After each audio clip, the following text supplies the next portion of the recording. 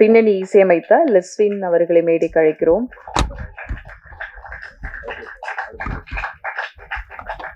ஆசிஃபா அவர்களை மேடைக்கு அழைக்கிறோம். முக்கிய கதாபாத்திரத்தில் நடித்த ஆசிஃபா.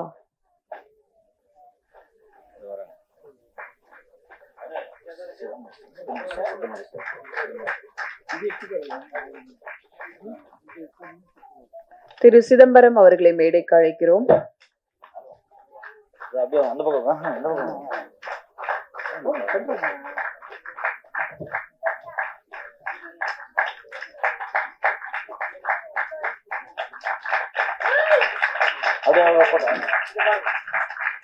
பாடல் ஆசிரியர் திரு செங்கதிர்வாணன் மேடைக்கு வரவும்.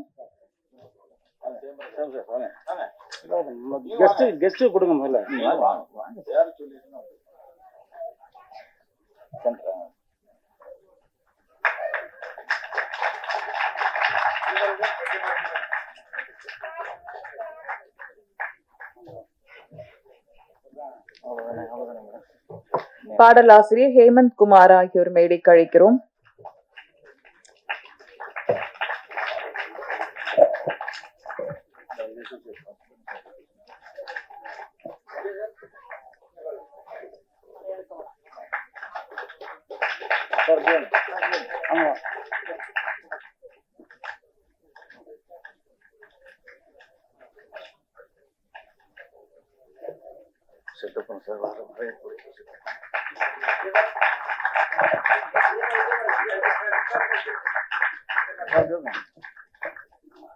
நன்றி. இந்த படத்தின் டெக்னிக்கல் சப்போர்ட்டாக இருந்த சிதம்பரம் அவர்களை இப்போது வரவேற்புரை வழங்க அன்புடன் அழைக்கிறோம். அவள் அப்படித்தான் 2 படத்தை இயக்கியவர் இவர்.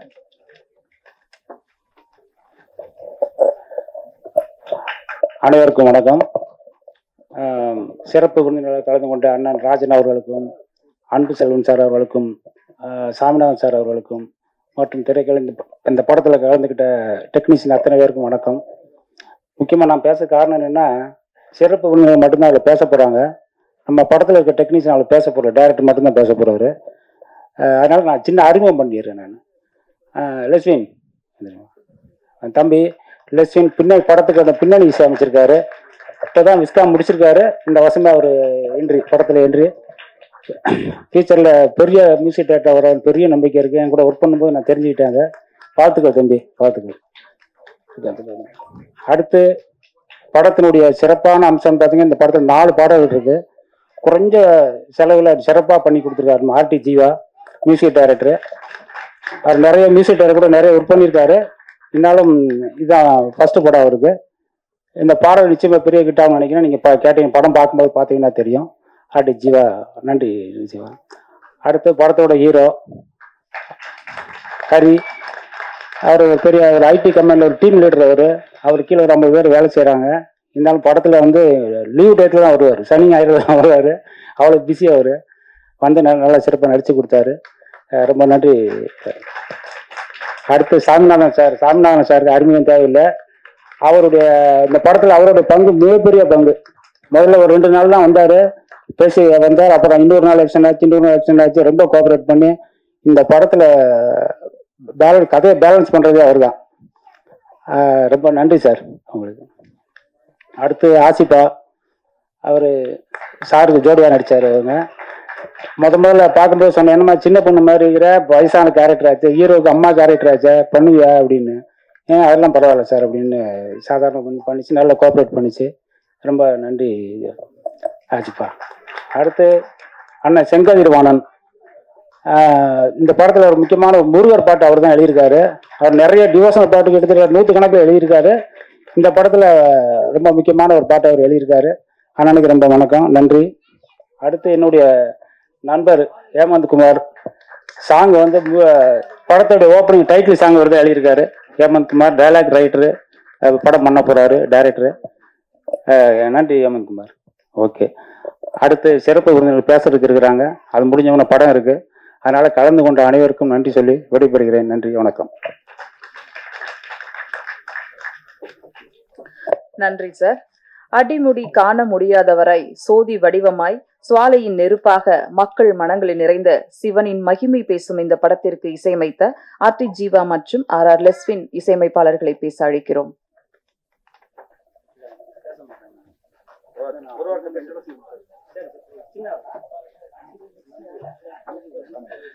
அனைவருக்கும் வணக்கம்.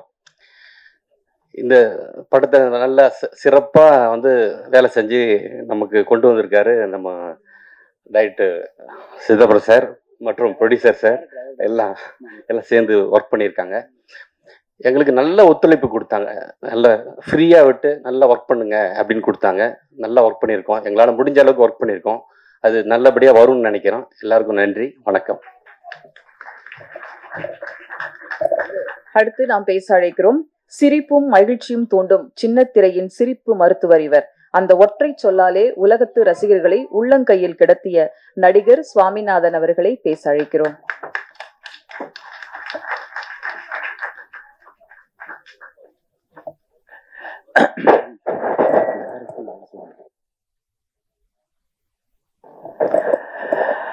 இங்கு வந்திருக்கும் ஊடக நண்பர்கள், பத்திரிகை நண்பர்கள் அனைவருக்கும் முதற்க நன்றி. சின்ன படங்கள்லாம் ஓட வைக்கிறது நீங்க தான். இன்னைக்கு ஓடிக்கிட்டு இருக்கிறதுக்கும் நீங்க தான் காரணம். இந்த படத்தையும் நீங்க தான் அதை ஓட்டி ஒரு ஜெயிக்க வைக்கணும். ஒரு புது முயற்சி உங்களுக்காக பண்ணியிருக்காங்க. இங்கே சிறப்பு இருந்தவருக்கும் ராஜன் சார் ரொம்ப வருஷம் பழக்கம், அவருடைய ஆசையும் வேணும். அன்பு சாருடைய நிறைய படங்கள்ல இது பண்ணியிருக்கேன், அவருடைய ஆசையும் வேணும். இந்த படத்தோட இயக்குனர் தவமணி, நடிகர், ப்ரொடியூசர், ஆல்ரவுண்டர். தூத்துக்குடி, கன்னியாகுமரி, திருச்செந்தூர் எல்லா ஊர்லேயும் போய் சூப்பராக படத்தை எடுத்திருக்காரு. வித்தியாசமான படம். எல்லாரும் இது பக்தி படமான்னு கேட்டாங்க. பக்தி படம் தான், ஆனால் புராண படம் இல்லைங்க. இது இப்போ இருக்கிற நடைமுறையில் சமூக படம் தான் அப்படின்னு சொன்ன நிறைய பேர்கிட்ட. இதில் மியூசிக் டைரக்டர் கலக்கியிருக்காரு. உண்மையிலே அந்த பாட்டை போடலேன்னு கூட நான் சார்ட்ட சொல்லிக்கிட்டு இருந்தேன். அருமையான பாடல்கள். ரைட்டரும் அவ்வளோ நல்லா எழுதியிருக்காரு. ரொம்ப பாராட்ட வேண்டிய விஷயங்கள். ரொம்ப நல்லா இருக்கு. யதார்த்தமாக படம் ஃபுல்லாக தவமணி சார் நடிச்சிருக்காரு. நான் அங்கங்கே அவருடைய நண்பராக நடிச்சிருக்கேன். தேங்காய் பொறுக்கிறதுல ஆரம்பித்து வட்டிக்கு கடன் கொடுத்து பின்னாடி அதே கடன் அவருக்கே கொடுத்து அவரை கடனாளி ஆக்கி இப்படி வரும். எனக்கும் அவருக்கும் ஈஸ்வரன் கூட ஒரு சண்டை வரும். அதில் அவர் ஜெயிச்சிருவார். அதான் நல்லவங்க ஜெயிப்பாங்க, கெட்டவங்க என்றைக்குமே தோத்துருவாங்கங்கிற மாதிரி ஒரு கதை அது. எனக்கு 2 பசங்க. நான் எவ்வளவு வட்டிக்கு அநியாய வட்டிக்கு கொடுத்து காசு வாங்கினாலும் அதை எப்படி கரைக்கணும்னு ஃபாலோ பண்ணிக்கிட்டே செய்வானுங்க. படம் ஃபுல்லாக அங்கங்கே காமெடியாக ரொம்ப சிறப்பாக எடுத்து வச்சிருக்காரு.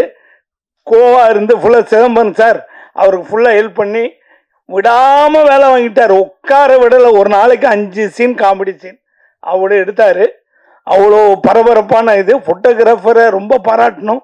கேமராமேன் ரொம்ப அழகாக எடுத்திருக்காரு. எல்லா ஊர்லேயும் போய் எளிமையாக இந்த கிராமத்து அழகை ரொம்ப சிறப்பாக காமிச்சிருக்காரு.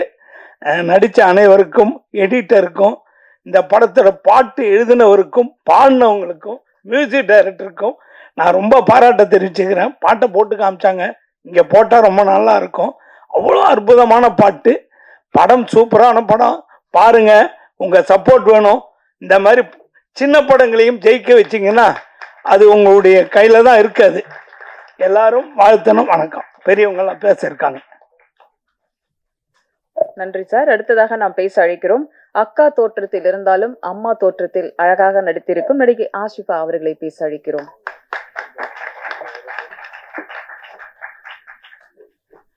எல்லாருக்கும் இனிய மாலை வணக்கம். நான் என்னோட நேம் ஆஷிபா, நேட்டிவ் கன்னியாகுமரி. ஸோ இப்போ சென்னையில் தான் இருக்கேன். Director Chidambaram sir actually audition கூப்பிட்டுருந்தாரு. அங்கே போகும்போது அம்மா நீ அம்மா கேரக்டரில் நடிக்கணும் ஓகேவா அப்படின்னு கேட்டார். ஓகே சார், அது ஒன்றும் பிரச்சனை இல்லை, பண்ணிடலாம் அப்படின்னேன். ஓ சாமி படம் உனக்கு ஓகேவான்னாரு. ஓகே அப்படின்னு சொல்லிட்டு கன்னியாகுமரி அப்புறம் திருச்செந்தூர் அந்த சைட்லலாம் ஷூட் பண்ணாங்க. ரொம்ப நல்லா எடுத்திருக்காங்கன்னு நம்புகிறேன். மீன்ஸ் நான் நல்லா நடிச்சிருக்கேன்னு நம்புகிறேன். நீங்கள் அவங்களோட கமெண்ட்ஸ் எல்லாம் அப்புறம் நடிச்சு முடிச்சதுக்கு அப்புறமா சொல்லுங்க. மீன்ஸ் இங்க ப்ரிவியூ ஷோ போட்டதுக்கு அப்புறமா சொல்லுங்க. எனக்கு இந்த படத்துல வாய்ப்பளித்த டைரக்டர் தவமணி சார், அவர் தான் ப்ரொடியூசர். அவரோட ஒய்ஃப் கேரக்டர்ல தான் நான் நடிச்சிருக்கேன். எனக்கு படத்துல வாய்ப்பு அளித்ததுக்கு ரொம்ப நன்றி சார். அப்புறம் என் கூட நடிச்ச சக ஆர்டிஸ்ட், டெக்னீஷியன்ஸ் எல்லாருக்குமே ரொம்ப நன்றி. தேங்க்யூ. நன்றி. அடுத்து நாம் பேச அழைக்கிறோம் கண்ணின் மணி போல் காக்கும் கருணை கடல் பாடலாசிரியர் செங்கதிர்வாணன் அவர்களை பேச அழைக்கிறோம்.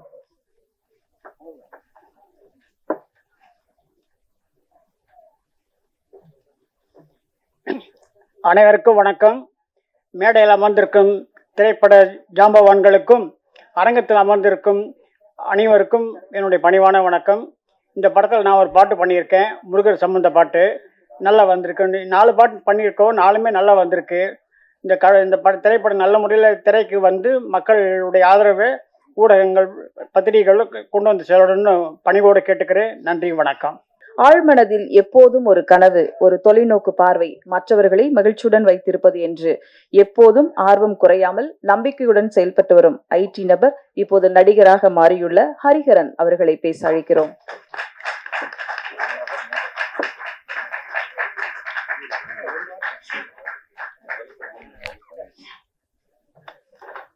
அனைவருக்கும் வணக்கம்.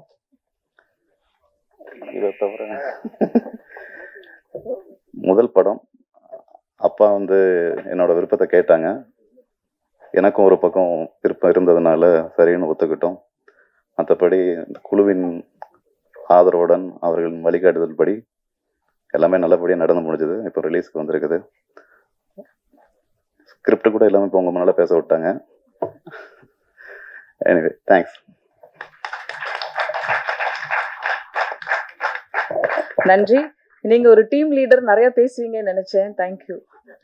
அடுத்து நாம் பேச அழைக்கிறோம் நம்பிக்கை என்பது மனம் தீர்மானிப்பது. அப்படி நம்பிக்கை வைத்து சிறுபட தயாரிப்பாளர்கள் நலனில் தொடர்ந்து குரல் கொடுத்து வரும் சிறுபட தயாரிப்பாளர் சங்க தலைவர் திரு அன்புச்செழியன் அவர்களை பேச அழைக்கிறோம். வணக்கம். வந்திருக்க மீடியா நண்பர்களுக்கும் வணக்கம். மேடையில் இருக்க அனைவருக்குமே என்னுடைய பணிவான வணக்கம் தெரிவிச்சுக்கிறேன். மகேஸ்வரியின் மகிமை அப்படின்னாலும் தெரிஞ்சிருக்கும். ஈசனை நேராக கொண்டு வந்து நிப்பாட்டார் நம்மளுடைய தவமணி. ஆமாம், ஏன்னா இப்போ நான் கேட்டவரை என்ன வெறும் ட்ரெய்லர் மட்டும் போட்டிங்க, பாட்டு என்னாச்சுன்னு. இல்லை, நான் படம் போகிறேன். சரி, இந்த ட்ரெய்லர் ஏதாவது போட்டலாமே. நான் என்ன ராஜன் பேசிட்டே இருந்தோம். சாங் இல்லாமல் நான் என்னப்பா நாங்கள் பேசுகிறது அப்படின்னு. ஆனால் திருச்செந்தூரை வந்து ஃபுல்லாக லைவில் போய் எடுத்து வந்திருக்காராம். இது இன்னைக்கு காலகட்டத்தில் திருச்செந்தூரை போய் அவ்வளோ அழகாக எடுத்து வந்திருக்காருன்னா அவரை உண்மையிலேயே பாராட்டணும் தவமணி அவர்களை. ஏன்னா இன்னைக்கு எங்கே பார்த்தாலும் பார்த்தீங்கன்னா சாமி ஒரு பக்கம் திட்டிருக்காங்க, அசல போய் பேசுகிறாங்க. ஆனால் அப்போ இவட முருகன் கோயிலில் போய் தெளிவாக போய் படம் எடுத்து வந்திருக்காரு. ஆனால் என்னன்னா ஒன்றே ஒன்று தான் நான் சொல்லணும். சினிமாக்காரவங்க தான் இன்னைக்கு இவர் நம்ம சாம்நாத் சார் சொன்னார் சிறுபடத்தை சப்போர்ட் பண்ணுங்கன்னு. நம்ம படம் ஓடாததுக்கு காரணமே சினிமாக்காரவங்க தான். நான் ஓப்பனாக சொல்லுவேன், தெளிவாக சொல்லுவேன். ஏன்னா நான் 89 வந்தேன். வந்தப்போ நான் படம் பார்க்கப்போ ஏன்னா அன்றைக்கி சாப்பாட்டு வழி கிடையாது, தண்ணி தான் குடிச்சு நல்லா வாழ்ந்துருக்கேன். காலையில் தண்ணி தான் சாப்பிடுவோம், மத்தியானம் தான் சாப்பாடு. அப்போ நாங்கள் ஃப்ரெண்ட்ஸாக வரும்போது இந்த டேரக்டர் பேசும்போது எவனா ஒருத்தன் படம் பார்த்து வந்திருப்பான். அவன் வந்து எங்கள்கிட்ட சொல்லுவான், படம் பிளாப்பு, ஒன்றுமே இல்லைம்மா. ஏன்னா நாங்கள் எங்களுக்கு அப்போ அறிவு கம்மி தானே. சரி, நாங்களே எல்லாம் படம் ஒன்றுமே இல்லைடா அப்படின்னு இன்னைக்கு வரைக்கும் அதை சொல்லிட்டு இருக்காங்க நம்ம சினிமாக்காரன். அவன் ஜெயிக்கணும், அவன் முன்னுக்கு வரணும், அவன் லைஃப்பை கொண்டு வரணும், அவன் குடும்பத்தை காப்பாற்றணும் எவனுமே நினைக்கிறேன். இன்னைக்கு வரைக்கும் இந்த வடப்பள்ளியிலும் சரி, இந்த பிரசாத் எதுக்கும் சரி, கோடம்பாக்கம் இன்னைக்கு நிற்கிறானுங்க.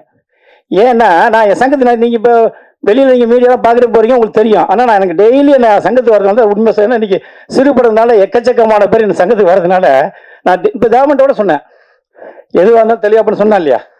ஒவ்வொரு விஷயம் நான் கேட்டு செய்யணும். என்ன காரணம்னா இன்னைக்கு ஒன்றும் இல்லை, அந்த இவன் நடித்தான் நம்ம தனுஷ், அவன் படம் ஒன்றுமே இல்லைன்ட்டான். வந்து பிளாப்பு ஒன்றுமே இல்லை, படம் பார்த்து என்கிட்ட பார்க்கலன்றான். யாரா சொன்னாலும் எனக்கு கெட்ட வார்த்தை வரும், நான் வரேன். யாரும் சொன்னாங்கண்ணே, டேய் சரி டிஎன்ஏ எப்படா இருக்கு, அது ஒன்றும் இல்லைண்ணே, படம் பார்த்தியா பார்க்கலண்ணே. அப்போ நீ எப்படி நம்ம திட்டமா திட்ட மாட்டோமா சொல்கிறானே இப்போ வரைக்கும். ஏன்னா இன்னைக்கு வந்து ஆந்தலா ஹிட்டுன்ற இங்கேயும் பரவாயில்லன்றான். என் பையன் பார்த்து சொல்கிறான், கூப்பிட்டு அப்பா அருமையாக இருக்கு, வாங்க ஃபேமிலியோட போகலான்றான். இதுக்கு என்ன சொல்லுவீங்க? அது 100 கோடி 200 கோடி, இவர் எடுத்துக்காது 1 கோடி 50 கோடி. ஏன் என்ன சொல்கிறேன்னா, முன்ன படம் நல்லா ஓடணும்னா சினிமாக்காரங்களுக்கு படத்தை பாருங்க. படத்தை பார்க்கலையா கண்டென்ட்டை போடாதீங்க, எவன்ட்டையும் பேசாதீங்க. அப்போதான் நீ உண்மையான ஆம்பளை, உண்மையாலே சினிமாக்காக வந்த சாதிக்கு வந்த மனுஷன் நான் சொல்லுவேன். எல்லாமே சொல்கிறான், படம் பார்க்கல சொல்லிட்டு போ, நல்லா அவன் முடிவு பண்ணிட்டான். இன்னைக்கு மக்கள் தாங்க படம் பார்க்குறாங்க, சினிமாக்காரங்க தேட்டருக்கே போகிறதில்ல. ஏன்னா நமக்கு தான் வயிற்றுக்கே சோத்துக்கு வழி இல்லாமல் எங்கே போய் சினிமா பார்க்க முடியும், 2 ரூபா கொடுத்து எங்கே போய் வாங்கி போக முடியும். அதனால தான் சொல்கிறேன் ஓப்பனாக, அந்த தவமணியில் நான் தெளிவாக சொல்கிறேன், யாருமே ஏமாற்றி வாழ்ந்து சரித்திரம் நான் அப்பப்போ சொல்லுவேன். சினிமா நம்பி வந்து யாருமே தோத்ததே கிடையாது. நான் இன்னைக்கு உங்கள் நின்று இப்படி பேசுறேன்னா காரணம் இல்லைங்க, எவ்வளோ கஷ்டத்துக்கு நான் பட்டு வந்திருக்கேன். நான் ஒன்றும் சாதாரணம் வரல, அரசியல் சினிமா கினிமா எல்லாத்தையும் அடிச்சு ஓட விட்டு தாங்க வந்திருக்கேன். நான் நீங்கள் வந்து இன்னும் உங்கள்கிட்ட பேசுகிறீங்க, என்ன ஜெயிக்கணும் நீங்கள் வாங்க. இப்போ நான் வந்து உங்கள்கிட்ட பேசுகிறேன்ல, எந்த படத்தையுமே நல்லா இல்லைன்னு சினிமாக்காரங்க சொல்லாதீங்க, அந்த சினிமாவை நம்பி வந்து எவனுமே சொல்லாதீங்க. நான் இதை மட்டும் சொல்லுவேன், நீங்கள் ஆணிதரமாக சொல்லுவேன். ரஜினி எப்படி இருந்தார், கமல் எப்படி இருந்தார், அந்த ஓடுதான் அவங்க 100 கோடி எனக்கு ஓடாட்டினா அவங்க சமாளிப்பாங்க, அடுத்த ஒரு காலத்து சம்பாதிப்பாங்க. இந்த சிறுபடம் தரப்பு யார் காப்பாற்றுறது, இவங்களை யார் வாழ வைக்கிறது? இப்போ அடுத்த படம் அவங்க பையன் பாருங்க, அடிக்கிற சூப்பர் ஹீரோவாக இருக்காரு. நான் கேட்டேன், நீ நேரில் ஹீரோவாக இருக்கப்பா அப்படின்னு. இப்போ அடுத்த படம் கண்டிப்பாக சத்தியமாக அவங்க பையனுக்கு ஒரு படத்தை எடுப்பார். அது எடுக்க விட நான் எடுக்க வச்சேன், ஏன்னா இந்த படத்தை விட்டதை வேறு படத்தை பிடிச்சிதான் ஆகணும். அவர் நம்ம எதில் வந்தோமோ அதில் தான் நம்ம ஜெயிக்கணும். எதை நினச்சி நம்ம, நான் வந்து தஞ்சாவூர்லேருந்து வந்தேன், நான் இன்னைக்கு வந்து 35 வருஷம் இருந்து என்னோட சொந்த படத்தை எடுக்க தான் ஊருக்கு போனேன். அத்தனையும் கடைச்சி வந்து நிற்கிறேன்னா, அதே மாதிரி ஒவ்வொரு மனிதனும் ஒரு சொல்லுவாங்க தெரியுமா, காக்கைக்கும் தன் குஞ்சு பொன் குஞ்சுன்னு. நீ எல்லாருமே ஹீரோ தான், நீ எல்லாருமே டேரக்டர் தான், நீ எல்லாருமே கேமராமேன் தான், எல்லாருமே மியூசிக் டேரக்டர் தான். உங்கள் மனசை எல்லாம் இங்கே உட்காந்து அத்தனை பேர் ஒரு எண்ணம் இல்லைன்னு மட்டும் நீங்கள் சொல்லுங்கள், நான் இந்த சினிமா விட்டு நான் போயிடுறேன். இந்த ஊருக்கு அத்தனை மீடியா உட்காந்துருக்க ஒவ்வொருத்தரும் சொல்லுங்கள், நீங்கள் சாதிக்க வந்தீங்களா இல்லையா? நீங்கள் சாதிக்க வந்த சூழ்நிலை மாறி ஒவ்வொரு ஒரு உட்காந்துருக்கோம். இன்னைக்கு எல்லாருமே பேசுவாங்க, இன்னைக்கு எல்லாரும் இன்னைக்கு மீடியா எல்லாருமே பேசுகிறாங்க, ஏகப்பட்ட பேர் இன்னைக்கு ரஜினி கமல் ஏன் பார்த்திபன் கூட சொன்னார், நான் ஒரு சட்டத்தை தைக்க முடியாமலாம் வந்தேன். எல்லாமே இன்னைக்கு எல்லாம் ஏன்னா இன்னைக்கு மீடியா நிறைய பெருந்துருச்சு, ஆனால் ஏகப்பட்ட பேர் இன்னைக்கு எல்லாத்தையும் மனசுல அத்தனை கக்குறாங்க. ஒரு 2 நாள் தாவாணிகள்னு ஒரு படம், பாக்யராஜ் சார் நடித்த படம், நீங்கள் தயவு செய்து சினிமாவில் மீண்டும் சாதிக்கணும்னா தாவாணிகள்ங்கிற ஒரு படத்தை பாருங்க, சிவாஜி சார் நடிச்சிருப்பார். ஏன்னா எல்லாருமே கஷ்டப்படுதான், என்ன பிச்சை ஒன்று தான் எடுக்கல சினிமாவில் வந்து, பாக்கி எல்லாரையும் பார்த்தாச்சு. அதனால் நீங்கள் நேர்மையாக இருந்து சினிமா நினச்சி வந்தீங்கன்னா வரலாம். இன்றைக்கி தேவமணிக்கு வந்து சினிமாவே என்னன்னு தெரியாது, அப்படி இருந்து வந்து இன்றைக்கி ஒரு சிவனோட அருளை பெற்று இன்றைக்கி ஒரு படம் எடுக்கணும் முடிவு பண்ணி எடுத்து பையனை ஹீரோவாஜி எடுத்துருக்காருன்னா இதுதாங்க தன்னம்பிக்கை, இதுதாங்க அவர் சினிமா. அவர் ஜெயிக்கிறத தவிர அப்புறங்க வந்து இன்றைக்கி பிரசாத் வச்சுட்டாரு, ஆடியோ ரஞ்சி வச்சு இன்றைக்கி என்ன கூப்பிட்டுக்காரு, ராஜனை கூப்பிட்டுக்காரு, இருக்கிற சபை எல்லாரையும் கூப்பிட்டு நடத்துறாருல, இதுதான் அவர். ஏன்னா அவரோட மனசுக்கு ஒரு படம் ஜெயிக்கணுன்றார். அதுமாரி ஒவ்வொருத்தவங்களும் நீங்கள் நினச்சிங்கன்னா கண்டிப்பாக நான் சொல்கிறேன், இந்த ஆண்டு மேலே ஆணையா சொல்ல நீங்கள் ஜெயிப்பீங்க. நீங்கள் எண்ணங்களை மாற்றிக்கிட்டு இப்போ நான் சொன்ன மாரி எந்த படத்தையும் ஓடணும் படமாக பார்க்க சொன்னீங்கன்னா சத்தியமாக நீங்கள் முன்னுக்கே வரமாட்டீங்க. அதையும் மைண்டில் வச்சுக்கிட்டு எல்லாருமே ஜெயிக்கணுங்கிற நலவோடு இருந்தீங்கன்னா இந்த மகேசன் மிகப்பெரிய வெற்றி அடையணும். ஏன்னா அடுத்த படம் வேறு போட போகிறாரு, அதனால் ரொம்ப நேரம் பேச நேரம் ஆகும். எல்லாருமே சப்போர்ட் பண்ணுங்க. ஏன்னா நீங்கள் யாரோ ஒரு ஆள் கூட இதில் போய் கதை சொல்லலாம், நான் சப்போர்ட் பண்ணுவேன். உங்களுக்கு நல்ல கண்டு இருந்தால் தவமணி படம் அடுத்த எடுக்குன்னு சொல்லியிருக்காரு, நேற்று கூட காலையில் ஃபோன் பண்ணாருன்னு, அடுத்த படம் பெருசாக பண்ணேன் பையன் வச்சுருந்தேன். அது சொன்னீங்கன்னா கதை நல்லது நானே சொல்லி அவரை டேரக்டர் வேணான்றேன், நான் ஓப்பனாக நீங்கள் டேரக்ஷன் பண்ணாதீங்க பார்த்து நடிங்க அப்படின்றேன். ஏன்னா ஒரே ஆள் 3 பண்ண முடியாதுங்க. நானே டேரக்டரு, நானே ப்ரொடியூசரு, நானே ஹீரோனா அவரால் முடியாது. படம் கண்ணை எப்படி பண்ண முடியுங்க, அவருக்கு ஒரு ஃபீலிங் இருக்கும். இருந்தாலும் சரி நம்ம முதல் சாமி படத்தை சொல்லி எடுத்திருக்காரு, அவர் நம்ம எல்லோரும் பாராட்டுவோம். எல்லாம் ஒரு சாமிநாதன் சொன்ன மாதிரி எல்லாருக்கும் போய் கொண்டு சேருங்க. ஏன்னா சினிமாவே அனுபவமே இல்லாமல் சினிமா வந்து எடுத்திருக்காரு, இதுக்கே நம்ம கை தட்டணும், இவரையே நம்ம பாராட்டணும். இவர் மிகப்பெரிய வெற்றி அடையணும். ஏன்னு கேட்டால் நான் யாருக்குமே சப்போர்ட் தான் பண்ணுவேன், என்னென்னு திட்டுவேன், ஏன் ஏமாந்தேன்னு சொல்லிட்டு. ஆனால் ஏமாறது முன்னே நம்மள்கிட்ட பேசிட்டாரு. தயவு செய்து எல்லாம் சப்போர்ட் பண்ணுங்க. நன்றி, வணக்கம். நன்றி சார். அடுத்து நாம் பேச அழைக்கிறோம். படைத்தல், காத்தல், அழித்தல், மறைத்தல், அருளல் என்று இந்த 5இன் அர்த்தம் சிவனே. இந்த பிரபஞ்சத்தை உருவாக்கிய பேரண்டமும் அவரே. சிவனின் புகழ் பேச வீதியில் உலா வந்த நாடகத்தினை ஊருக்கே எடுத்துச் சொல்லும் படம் இது. எடுத்து வைப்பது சிவனாக இருந்தாலும் 8வது சிகரமாக மாற வேண்டும். இறையாய் உயிராய் நினைக்கும் மகேஸ்வரன் மகிமை பட தயாரிப்பாளர், இயக்குனர், நடிகர் திரு தவமணி அவர்களை பேச அழைக்கிறோம்.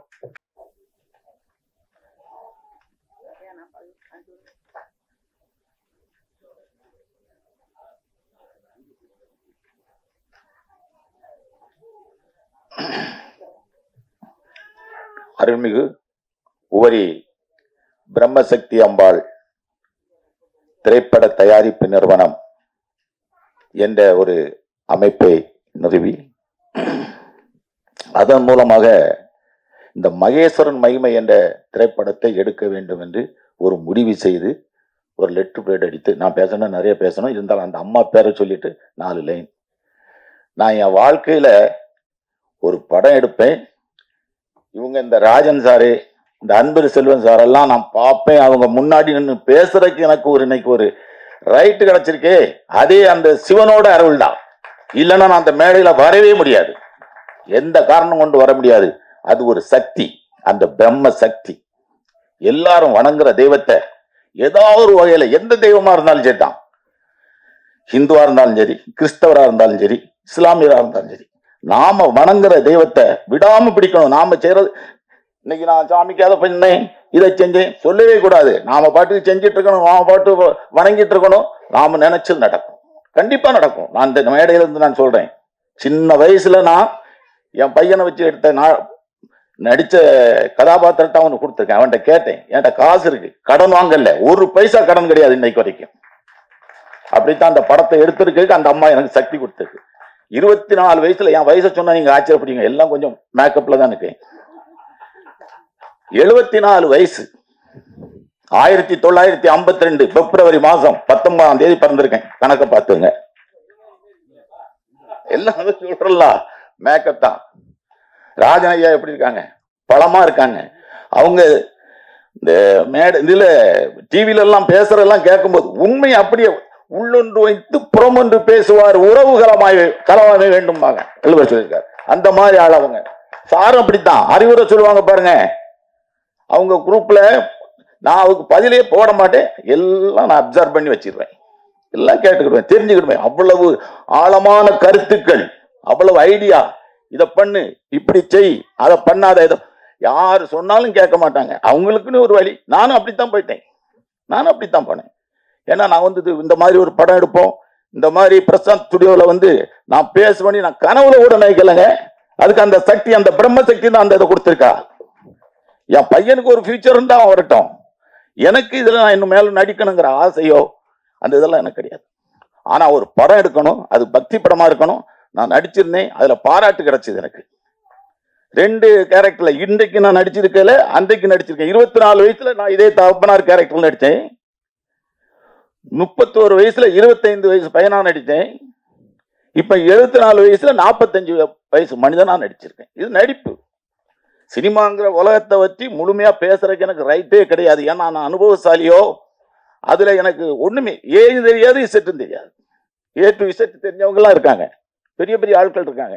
ராஜன் சார் எவ்வளவு பெரிய ஆளு, எத்தனை படம் தயாரிச்சிருக்காங்க, எல்லா நடிகரும் அவங்களுக்கு தெரியும்.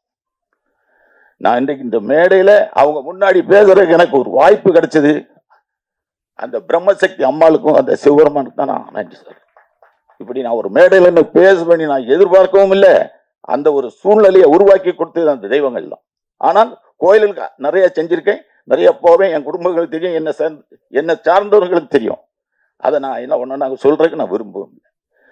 நீங்களும் அதே மாதிரி பக்தியா எந்த தெய்வமா இருக்கட்டும், ஒரு கல்லை வச்சு கொண்டா என்ன 1000 பேர் நாத்திகம் பேசுவான், நம்ம ஆத்திரம் பின்னாடி கூடாது. புடிங்க, ஒரே படி வெற்றி கிடைக்கும் ஏதாவது ஒரு வழியில. அதுக்காக எல்லாரும் நடிகராகணும், எல்லாரும் படிச்சுதான் முடியாது. ஜாதகம் இருக்கணும். எனக்கு அது இப்ப வந்திருக்குன்னு நினைக்கிறேன். எத்தனை வயசுல வந்திருக்கு பாருங்க. 24 வயசுல நடிக்க நினைச்சேன். டைலாக் எல்லாம் நல்லா பேசுவேன். நாடகத்தில் நடிச்ச உடனே சொல்லுவேன், என் ஃப்ரெண்ட்ஸ் எல்லாம் ஏய் போப்பா சினிமாவுக்கு. நான் ஒரு கான்ட்ராக்ட் 24, ஏன்னா என்னை பற்றி ரொம்ப புகழ சொல்ல விட ஐயா பெரிய ஆளெல்லாம் பேச வேண்டியிருக்கு. இருந்தாலும் நீங்கள் தெரிஞ்சா நீங்களும் அதை கொஞ்சம் ஃபாலோ பண்ண நல்லா இருக்கும். எல்லாருக்கும் கஷ்டத்தை சொல்லலாம், ஆனா நான் பொய் சொல்லலை, உண்மைதான். எனக்கு பொய் சொல்லவும் தெரியாது, சொல்லவும் மாட்டேன். ஜாலிக்கு பேசுவேன், நண்பர்களோட பேசுவேன், கிண்டலுக்கு பேசுவேன், கேலிக்கு பேசுவேன். என் வாழ்க்கையை பற்றியோ நடைமுறையை பற்றியோ பொய் எனக்கு வேண்டியதில்லை, பொய் வேண்டாம். 24 வயசுல நான் கான்ட்ராக்ட், பழைய காலத்து SSLC. 50 வருஷமா தொழில் பண்ணிட்டு எனக்கு 74 வயசுல நான் கான்ட்ராக்ட். எனக்கு பின்னாடி 20 பேர் 25 பேர் ப்ராஜெக்ட் ஒர்க் எடுத்து பண்ணிட்டேன். என் பிள்ளைல 3 பேரும் நல்லபடியா இருக்காங்க. எல்லாம் செட்டில் ஃபேமிலி, கையில கொஞ்சம் காசு இருக்கு, என்ன பட்ஜெட் ஆகும். அப்ப நான் அங்க ஒருத்தட்ட போறேன். எனக்கு இங்க ஒரு நண்பர் சேகர், அவரை மறக்க முடியாது, அவரும் கடவுள் மாதிரி, அவரோட ஃப்ரெண்டு சார். ஆனா இப்ப எனக்கு என்னன்னா எல்லா வாரத்தையும் ஏன் தலையில தூக்கி வச்சிருக்காங்க எதுக்குன்னு எனக்கு தெரியல. நான் ஏன் தொழிலை பார்த்துட்டு இருக்கேன், இங்க வருவேன், டப்பிங் கூப்பிடுவாங்க வருவேன், இவங்க ஷூட் பண்ணுவாங்க, எல்லாம் போயிட்டு இருக்கு. கடைசியில டைரக்டரு எல்லாம் போட்டிருக்காங்க. அது அதையும் நான் தாங்கிக்கிறேன், ஒன்றும் இல்லை. நான் சாப்பிட்டு ஒரு வார்த்தை கேட்டேன், சார் படம் எல்லாம் முடிச்சுட்டு பட் உங்க பேரை டைரக்டர் நீ போடாம என் பேரை ஏன் டைரக்டர் நீ போடுறீங்க, படம் நல்லா இல்லையா அப்படின்னு கேட்டேன். அதையும் நான் என்ன நினைச்சிட்டேன், அந்த சக்தி தான் பார்த்துக்கிறோம். எதுக்கு எடுத்தாலும் நான் அதுதான் சொல்லுவேன். நான் நினைச்சு இந்த படத்துக்குள்ள வரவே இல்லை, படம் எடுக்கவே இல்லை. பையன்ட்ட மட்டும் கேட்டேன், எப்பா நீ நடிக்க அந்த கேரக்டர் பண்றப்பா, சரி போடுங்க பூஜை ஆரம்பிங்க, கையில காசு இருக்கு, கடன் இல்லை, பண்ணு. அதனால அவங்க நிறைய பேச வேண்டியிருக்கு. நான் இன்னொரு வேளை அந்த பிரம்மசக்தி அம்மாளோட ஒரு அனுக்கிரகம் இருந்து இந்த படம் ஓரளவுக்கு ஒரு சின்ன வெற்றி, எனக்கு பெரிய லாபம்லாம் வேண்டாம், வெற்றி கிடைச்சா நீங்க அவ்வளவு கலந்துக்கிடணும். இதே மாதிரி பிரசாத் ஸ்டுடியோவில் நம்ம சக்தி முருகனை வச்சு நான் ஒரு மேடையை போட்டு இன்னொரு அரை மணி நேரம் நான் டைம் கேட்டு பேசுவேன், நீங்க எல்லாம் கேட்கணும், அப்போ இன்னும் உணர்ச்சி பூர்வமா இருக்குன்னு சொல்லி இவர் ராஜன் சார் முன்னாடியும் அன்பு செல்வன் சார் முன்னாடியும் இருந்து நான் அந்த பேசுற வாய்ப்பு கிடைத்ததுக்கு மிகப்பெரிய நன்றி அந்த இறைவனுக்கு சொல்லி விடைபெறுகிறேன். நன்றி, வணக்கம். நன்றி சார், உங்கள் கனவு நிஜமாகணும் நாங்களும் வேண்டிக்கிறோம். அடுத்ததாக நாம் பேச அழைக்கிறோம். திரும்பும் திசையெங்கும் தெளிவான தன் எண்ணங்களை, வெளிப்பாட்டை, திரைத்துறை அனுபவங்களை பகிர்ந்து கொள்ளும் தயாரிப்பாளர் மகேஸ்வரன் மகிமை படக்குழுவினரை வாழ்த்த வந்திருக்கும் தயாரிப்பாளர் திரு கே ராஜன் அவர்களை பேச அழைக்கிறோம்.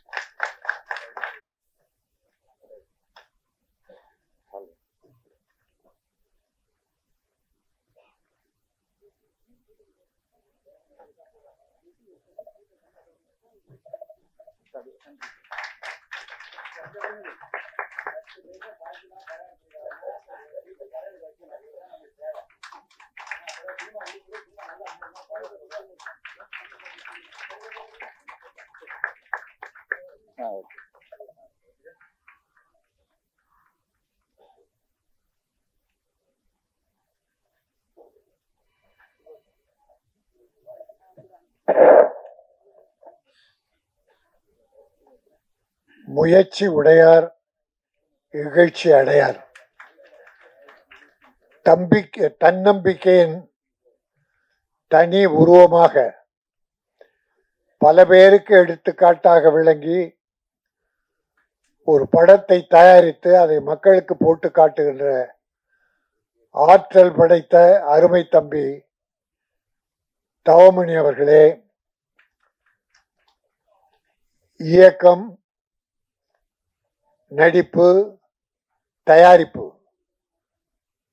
அதோடு அவரும் தன்னுடைய மகனையும் கதாநாயகனாக போட்டு ஒரு பக்தி கலந்த ஒரு சமூக படத்தை அற்புதமாக உருவாக்கி இருக்கிறார். அந்த தம்பியின் பேச்சு ஒவ்வொன்றும் தன்னம்பிக்கை தருவதாக, ஒவ்வொருவரையும் ஊக்குவிப்பதாக, யாருமே சோர்ந்து விடாதீர்கள், நம்பிக்கை வையுங்கள், அது நடக்கும், இறைவன் மீது நம்பிக்கை வையுங்கள், அவர் நடத்துவார் என்பதை தம்பி தவமணி அவர்கள் பிரமாதமா பேசினார். படம் எடுத்தது நம்ம ஒரு சின்ன முன்னோட்டம் பார்த்தோம். பாட்டு 4 பாட்டு நல்லா இருக்குன்னு சொன்னாங்க. சாமிநாதன், தம்பி சாமிநாதன் நடிகர், அவர் பார்த்துருக்காரு, அவர் நடிச்சிருக்காரு. இந்த சிறுபட தயாரிப்பாளர்களை ஊக்குவிக்கிறதுல என்னுடைய அருமை தம்பி அன்பு செழியன் பல அட்வைஸ் பண்ணிட்டு இருக்காரு. தன் சொந்த செலவில் ஒரு சங்கத்தை உருவாக்கி ஒரு இடத்தை அதுக்குன்னு வாடகை சொந்த இடத்திலே வச்சு வர்ற சிறுமுதிட்டு பட தயாரிப்பாளர்கள்லாம் வழிகாட்டியாக விளங்கி தவறுனா தட்டி கேட்கறது, தவறு பண்ணாத. இப்போ அவர் பேசுறத கேட்டீங்க, பல பேர் பூஜை போடுற அளவுக்கு வருவான், பூஜைக்கு பிறகு காணாம போயிடுவான். சில பேர் கோட்டை படம் எடுப்பான், கோட்டை அடிப்பான், அதுக்குள்ள கோட்டுக்கு செலவு பண்ற பணத்தை படத்துக்கு செலவு பண்ண மாட்டான். சிலர் ஆஃப் அடிப்பாங்க, பாதி படம் வரையும் வரும், முடிக்க முடியாது. சிலர் முடிச்சிருவாங்க, ரிலீஸ் பண்ண முடியாது. ஏன்னா ரிலீஸ் நேரத்தில் இருக்க கஷ்டங்கள் இருக்க, அவ்வளோ பெரிய கஷ்டம். கியூபுக்கு பணம் கட்டாம இன்னைக்கு ஏறக்குறைய 80-90 படம் நிற்கி சார்.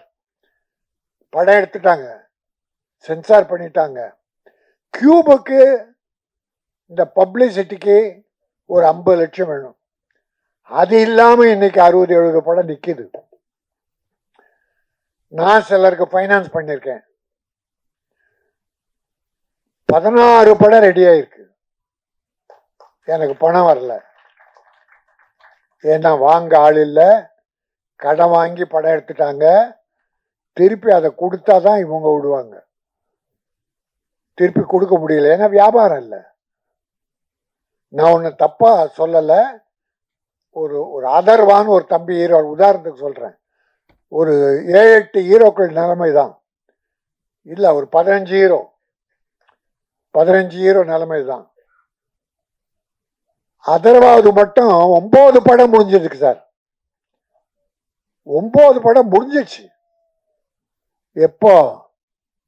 2 years, 2 வருஷமா முடிஞ்சிருக்கு.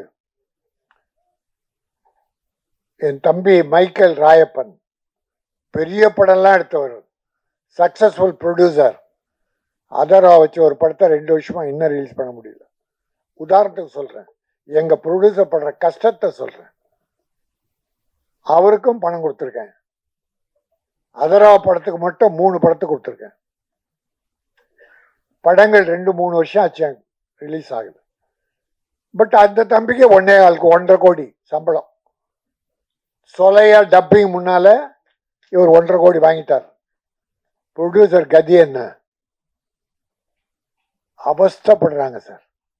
வெளியில பார்க்குறோம்.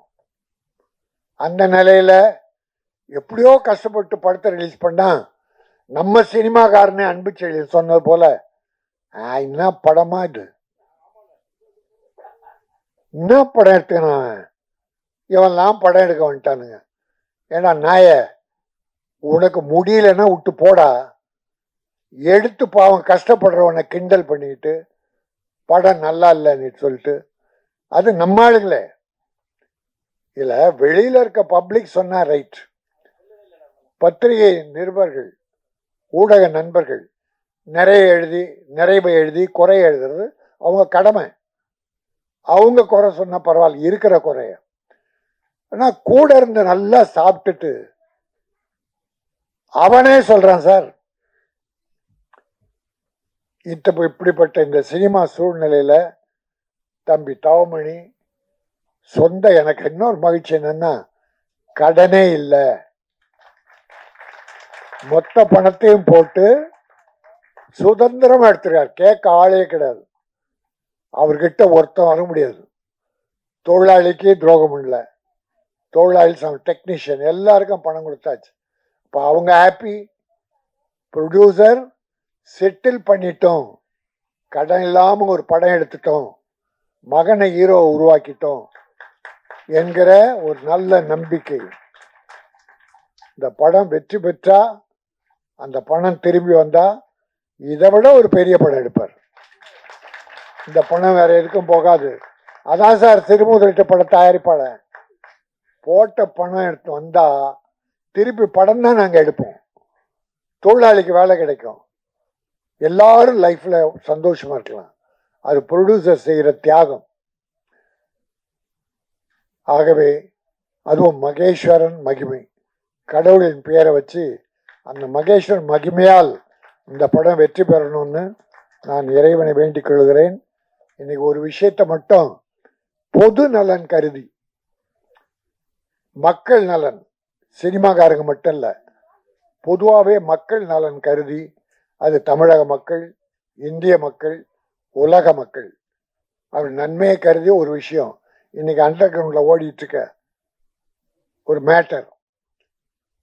ஒரு 3 மாசத்துக்கு முன்னால ஒரு ஆடியோ ஃபங்க்ஷன், அதுல ஒரு ஹீரோ, அந்த படத்து ஹீரோ வந்திருந்தார். அழகா இருப்பார், தெலுங்குலையும் ஹீரோ பண்றார். அவர் இப்ப கைதாகி ஜெயிலில் இருக்கார். என்ன காரணம்? கொக்கைன்னு ஒரு போதை பொருளுக்கு அடிமையாயிட்டார். எனக்கு ரொம்ப வேண்டிய தம்பி, என் தம்பி சாமிநாத மாதிரி, அவனும் ஒரு நல்ல தம்பி, நல்லா பழகுவான், மரியாதையானவன், அழகன். பாராட்டினேன், நான் மேடையில் பாராட்டினேன், அழகன். ஆனா குடும்பத்தில் ஒரு சூழ்நிலை வந்தது. குடும்பத்தில் ரொம்ப அவஸ்தைப்பட்டான். கோர்ட்டு கேஸுன்னு அது ஒரு ஒரி. அது போக படங்கள் இல்லாம போயிடுச்சு. இப்ப நம்ம ஆளுங்க நடிகர்களோ இல்ல ப்ரொடியூசர் எப்படி இப்படி அடிமையாகிறாங்கன்றதுக்காக உதாரணத்துக்கு சொல்றேனே தவிர நான் யாரையும் குறை சொல்லலை. ஒரு செய்தி வந்ததால் அந்த தம்பி பேரை சொன்னேன். எனக்கு ரொம்ப வேண்டியவன்ற உரிமையில சொன்னேன். இப்படி நிறைய பேர் இருக்காங்க. நிறைய குடும்பம் கெட்டு போயிருக்கு. பிறகு அவர் என்ன பண்றாரு, படம் இல்லைன்னும் போது ஒரு படம் எடுக்கிறார் சொந்தமா. எடுத்து படம் முடிச்சு ரிலீஸ் ஆகல, வியாபாரம் இல்லை. பிறகு கடன் வாங்கி படத்தை ரிலீஸ் பண்ணிட்டார். அதுல அவஸ்தைப்பட்டார். இது ஒரு ஒரி. எல்லா ஒரிசையும் தீர்க்க மதுக்கு அடிமையாயிட்டார். மது ஒரு ஒரிச ஒழிச்சிருமா? மது உடலை கெடுக்கும், குடலை கெடுக்கும், குடும்பத்தை கெடுக்கும், மனைவி மக்களை கெடுக்கும், மனிதன் என்ற அந்த வார்த்தையை கெடுத்துரும். மதுவால வாழ்ந்தவர்கள் யாரும் இல்லை. குடியால் குடும்பம் கெட்டதை தவிர இன்னைக்கு தமிழ்நாட்டில் மட்டும் இல்லை சார், உங்களுக்கு தெரியும், எல்லாம் தெரியும். இந்தியா முழுக்க தமிழ்நாட்டில் கொஞ்சம் குறைவே சொல்லலாம். நீங்க குஜராத்தில் மது விலக்கு, ஏன்னா காந்தி பிறந்த மண்ணு, மது விலக்குன்னு சொல்றாங்க. பட் வேற நாட்டில இருந்து அங்க துறைமுகத்துல தான் வந்து இறங்குதான், அங்கிருந்து தான் நாட்டு கடத்தப்படுதான். கேள்வி பத்திரிகை நியூஸ் பல பேர் சொன்னதா சொல்றேன். சினிமா ஒரு காரணம். நான் இது வரைக்கும் சினிமாவில் குறை சொன்னதில்ல, ஏன்னா நம்ம சினிமா. ஆனா குறை இருக்கும்போது சொல்லிதான் தேரணும். முன்னெல்லாம் என்ன பண்ணுவோம் சார், சினிமா என்ன சார் சொல்லிட்டோம், சமுதாயத்தில் நடக்கிறதான் சார் சொன்னோம். ஆணவ கொலை நடக்கலையா, அதை கதையை எடுத்தோம். சாதி வரி இல்லையா, அதை கதையை எடுத்தோம். கற்பழிப்பு இல்லையா, பாலியல் பலாத்காரம் இல்லையா, அதை கதையை எடுத்தோம்னு சொல்லிட்டு இருந்தோம். இப்போ சினிமாவில் இது நிறைஞ்சு போச்சு சார். இந்த நான் உங்களை தர்ம நியாயமா கேட்கிறேன், இந்த 1 இயர்ல எத்தனை படம் சார் ரிலீஸ் ஆயிருக்கும்? 241 படம் போன வருஷம். அதுல சின்ன படங்கள் தான் குடும்ப தர்மத்தை சொல்லியிருக்கு. பெரிய படங்கள் பூரா எடுத்து பார்த்தீங்களா, என்ன படம்? வெட்டு, குத்து, கொலை, கொள்ளை, கஞ்சா கடத்தல். பெரிய ஹீரோ சார். நீ ஒரு நல்ல குடும்ப கதை சொல்லக்கூடாது? கஞ்சா கடத்தல் மட்டும் விஜய நடிச்சிருக்காரு, அஜித் நடிச்சிருக்காரு, ரஜினி சார் நடிச்சிருக்காரு. இப்போ உங்களுக்கு கோடி, 1000 லட்சக்கணக்கான தொண்டை இருக்கான், ரசிகர் இருக்கான்.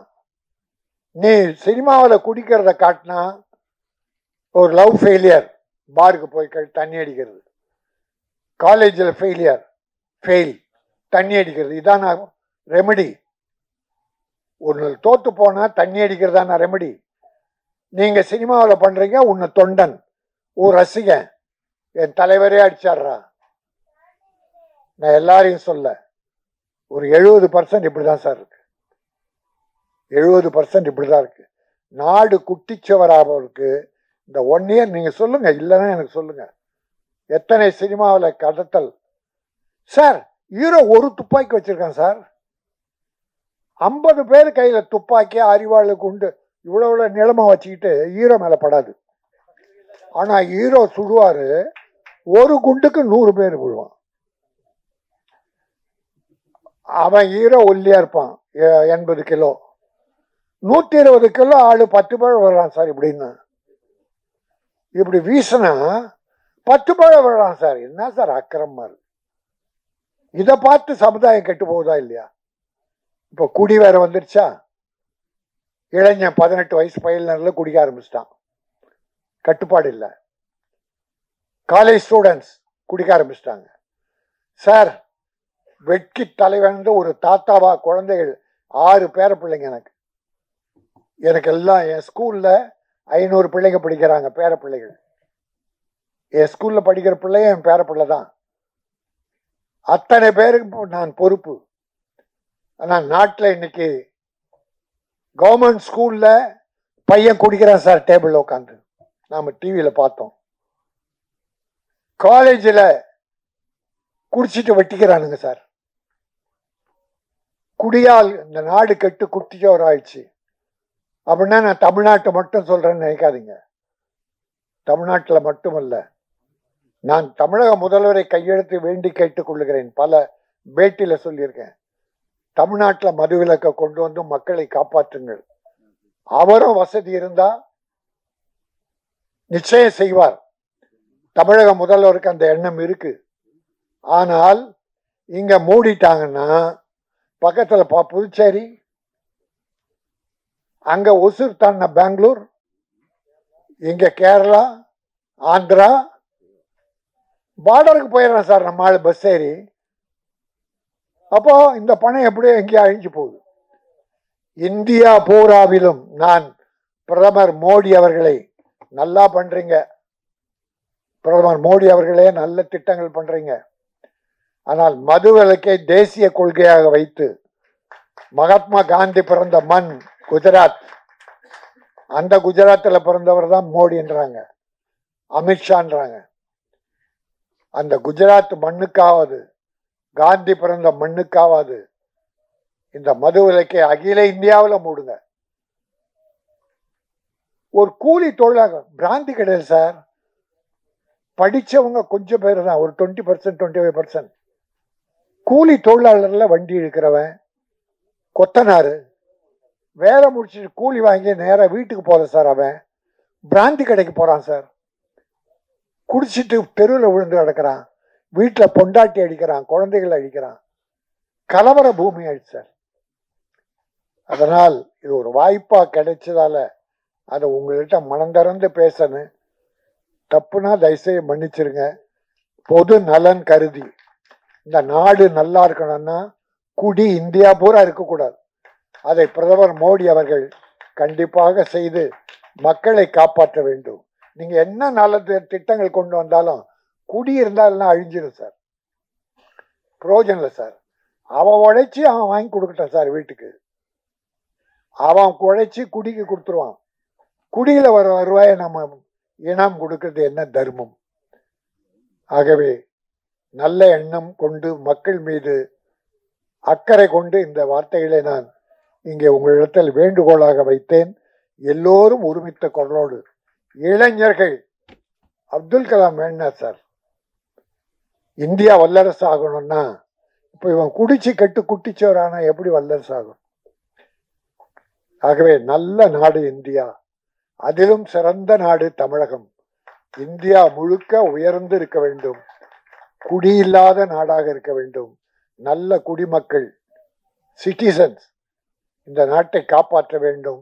உலகில் வல்லரசாக இந்தியா விளங்க வேண்டும் சொல்லி மகேஸ்வரன் மகிமை தம்பி தவமணியை காப்பாற்ற வேண்டும். இறைவன் காப்பாற்றுவான். நல்ல மனம் கொண்டவர். அவர் அடுத்து படம் எடுக்க வேண்டும், தொழிலாளர்களுக்கு வேலை கொடுக்க வேண்டும், பல டெக்னீஷியனை உருவாக்க வேண்டும் என கேட்டு இவ்வளவு நேரம் பொறுமையாக கேட்ட சண்டே பல பொழுதுபோக்கு இருந்தாலும் அதெல்லாம் விடுத்து தவமணிக்காகவும் மற்ற நண்பர்களாக வந்திருக்கீங்க. உங்களெல்லாம் வணங்கி விடைபெறுகிறேன். நன்றி, வணக்கம்.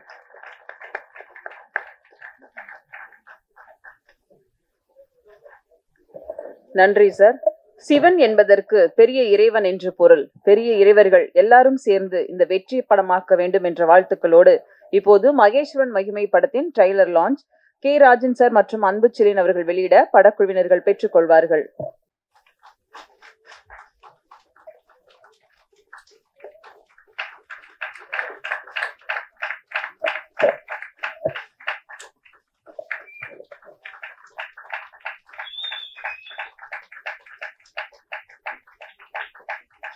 ட்ரெய்லர் லான்ச் விழாவிற்கு வந்திருந்து சிறப்பு சேர்த்த அனைவருக்கும் எங்கள் அன்பும் நன்றியும்.